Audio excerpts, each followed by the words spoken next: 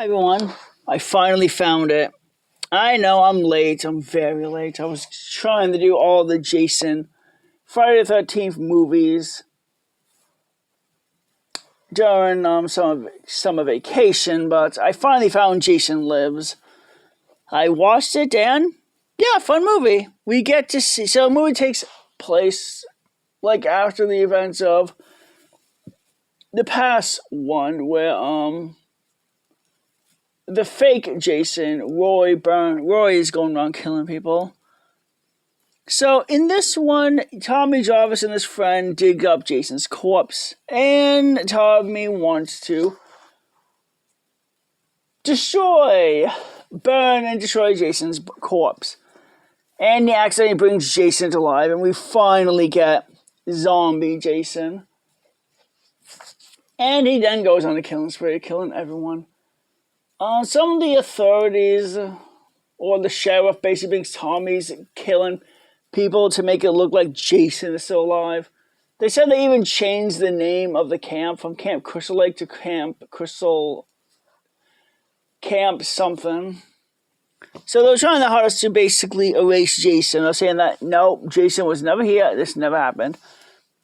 Which I guess they kind of use in Freddy vs. Jason when they do the same thing for Freddy. Basically pretend that Freddy's not real, nor is Jason.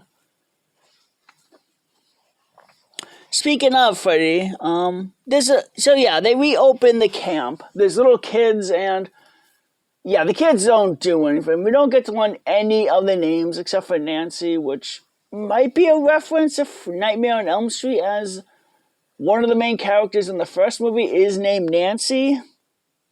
Maybe that's Nancy from as a little girl. Again, I do not know. Then again, I know Jason and Freddy are in the same universe, as they do have a crossover movie together. And in Bride of Chucky, we see Jason's claw, Freddy's claw, Jason's mask, and machete, and other horror movie characters, killer weapons and other stuff in the lockup bin. When the officer was getting Chucky from evidence locker, we see a bunch of other killers with evidence. So we know they're all in the same universe.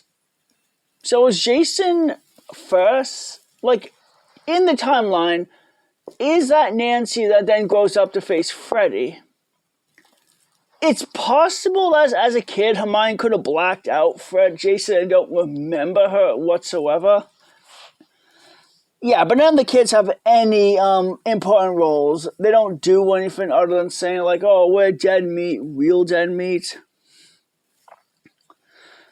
Anyway, Tommy ends up fighting Jason and basically throws a chain around his neck and then throws a rock.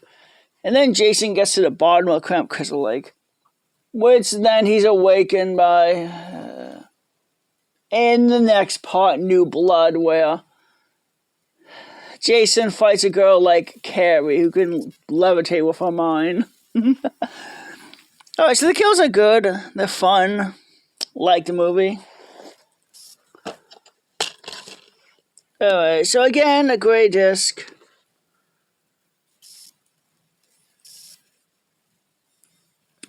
Oh, there's also a scene where a bunch of people are doing paintball practice. Military paintball.